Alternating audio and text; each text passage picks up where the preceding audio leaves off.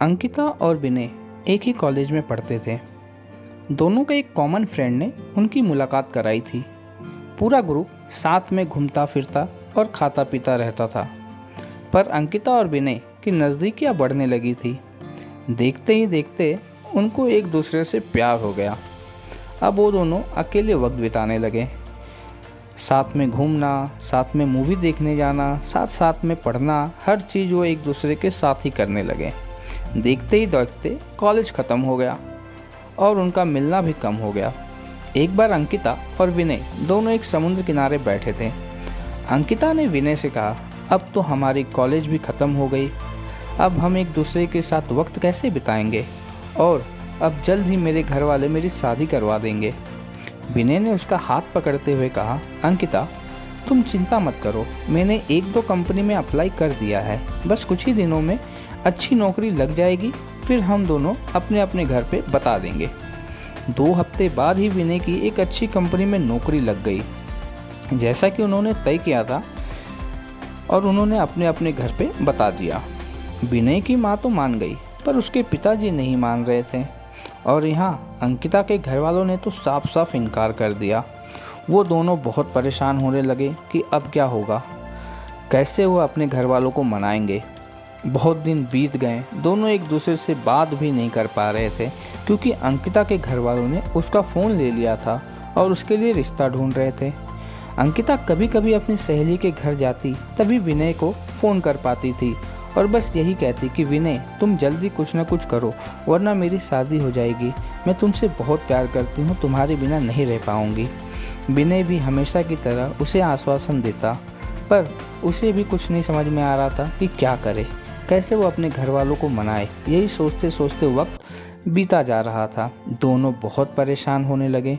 विनय घर पे ना कुछ खाता, ना किसी से बात करता, बस पूरा दिन शांत रहता। यह देखकर उसकी माँ से रहा नहीं गया और उसने अपने पति को समझाया, मुझे मेरे बेटे की खुशी से बढ़कर कुछ नहीं है, और अगर अब उसकी शादी होगी तो अंकिता से ही होगी। आप कल ही उसके घर पे जाके उसके माँ बाप से बात करो। अगले दिन विनय के पापा अंकिता के घर गए और अंकिता के माँ बाप से बात की, और उन्होंने समझाया कि हमारे बच्चे की खुशी में ही हमारी खुशी होगी। मेरा बेटा एक अच्छी कंपनी में काम करता है, उसकी तनख्वाह भी अच्छी है, आपकी बेटी को खुश रखेगा। विनय के पिता की बात सुनकर अंकिता के माँ बाप मान गए, दोनों की शादी के लिए राजी हो गए, और विनय और अंकिता की शादी धूमधाम से हुई। दोनों बहुत खुश थे। दोनों अपने हनीमून के लिए शिमला गए। शिमला से लौटते ही विनय अपने काम पे लग गया। दोनों की ज़िंदगी हंसी खुशी बीत रही थी। उसकी शादी को अब 2 साल होने वाले थे, पर उन्हें अभी तक बच्चा नहीं हुआ था। घर वाले, रिश्तेदार, सब लोग अंकिता से हमेशा यही सवाल पूछते थे कि खुशखबरी कब दे रही हो, पर वो हमेशा मुस्कुराकर टाल देती थी। विनय और अंकिता को भी बच्चा चाहते थे, पर उन्हें हो नहीं रहा था। बहुत डॉक्टर को दिखाया, सब टेस्ट कराया, लेकिन कुछ फ़ायदा ही नहीं हुआ। अंकिता की सास उसे बाबा के पास ले गई, पर वहाँ से भी सिर्फ निराशा ही हाथ लगी। अंकिता बहुत परेशान थी। उससे यही चिंता खाई जा रही थी कि वो कभी माँ बन पाएगी या नहीं। 4 साल बीत गए, पर उन्हें अभी तक बच्चा नहीं हुआ। एक दिन विनय ऑफिस से लौट रहा था, तो भी उसकी माँ उसको चिल्लाने लगी, तूने अपनी मर्जी से शादी की, अब देख रहा है ना बच्चा नहीं हो रहा है, हमारा वंश आगे कैसे बढ़ाएगा। लोगों की ताने सुन सुनकर मेरे कान पक गए। आखिर हमें भी तो इच्छा है कि अपने नाती पोता को देखें। यह सब अंकिता सुन रही थी। विनय ने अपनी माँ को समझाया कि ज़रूरी नहीं कि आपकी बहू में ही कुछ कमी हो, मुझ में भी तो हो सकती है, आप शांत हो जाइए। जैसे तैसे उसने अपनी माँ को चुप कराया और अपने रूम में चले गया, जहां अंकिता बहुत रो रही थी। विनय उसके पास गया, उसे गले लगाकर कहने लगा, तुम चिंता मत करो, सब ठीक होगा, मैं हूं ना, मैं तुम्हारा साथ कभी नहीं छोड़ूंगा, मैं तुम्हारे साथ हूं। और माँ की बात का बुरा मत मानो, वो ऐसे ही कहती है, गुस्से में जाने दो, दोनों के लिए खाना लेके आओ, साथ में खाते हैं। अंकिता थोड़ी शांत हुई और खाना लेकर आई। दोनों ने साथ में बैठ के खाना खाया और सोने लगे। पूरी रात अंकिता यही सोचती रही कि मैं कैसी औरत हूँ जो अपने पति को बच्चा नहीं दे पा रही हूँ, अपना वंश आगे नहीं बढ़ा पा रही हूँ, मैं कितनी बदनसीब हूँ। वह पूरी रात नहीं सोई और बस रोए जा रही थी। सुबह हुई, सब अपने अपने काम पे लग गए। विनय भी ऑफिस के लिए निकल गया, अंकिता भी अपना काम करने लगी, पर उसके दिमाग में वही रात वाली बात चल रही थी। पूरा दिन यही सोचती रही।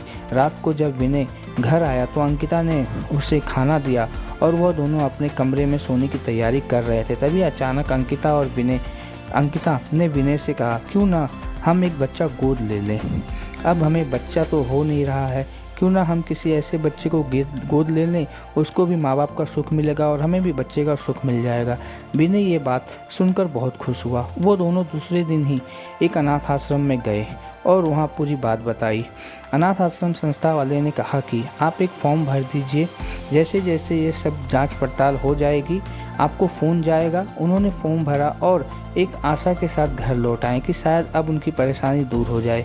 6 महीने हो गए, उनको कॉल नहीं आया। विनय जब वहाँ जाता तो लोग उसे एक ही जवाब देते, कॉल जाएगा, इंतज़ार कीजिए, और इंतज़ार बढ़ते ही आ रहा था। अब अंकिता हिम्मत हार चुकी थी, वह पूरी तरीके से टूट चुकी थी। विनय भी आखिर कितना उसे समझा पाता, दोनों थक चुके थे। अब उन्हें कोई उम्मीद नहीं दिख रही थी, वह भी कभी माँ बाप नहीं बन पाएंगे। पर विनय ने अंकिता के साथ और कोशिश करना नहीं छोड़ा और वो दोनों कोशिश करते रहे। इंतज़ार करते करते 8 महीने हो गए और एक दिन अचानक विनय को कॉल आता है कि आप अनाथ आश्रम संस्था आइए, आपके लिए एक खुशखबरी है।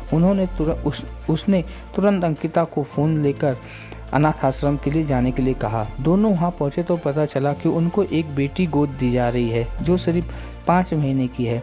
विनय और अंकिता की खुशी का ठिकाना नहीं रहा। विनय तो खुशी के मारे वहाँ ही नाचने लगा। वह दोनों उस बच्ची को लेकर घर आए। विनय की माँ ने उसका पूजा की थाली से स्वागत किया। उन्होंने उसका नाम किरण रखा, आशा की किरण। वह सब खुश थे, आखिर उन्हें अपनी बेटी जो मिल गई थी और सब वहाँ खुश हो गए और सबकी इच्छा पूरी हो गई। बस यही होता है प्यार, जो हर वक्त तुम्हारा साथ दे और यकीन दिलाए कि हम हमेशा परेशानियों में, छोटी मोटी परेशानियों में साथ है। अपनी ज़िंदगी में उम्मीद नहीं छोड़ना चाहिए, विश्वास हो तो हम सब कुछ पा सकते हैं। दोस्तों, कहानी कैसी लगी मुझे कमेंट करके ज़रूर बताइएगा। मिलते हैं आपसे अगले वीडियो में।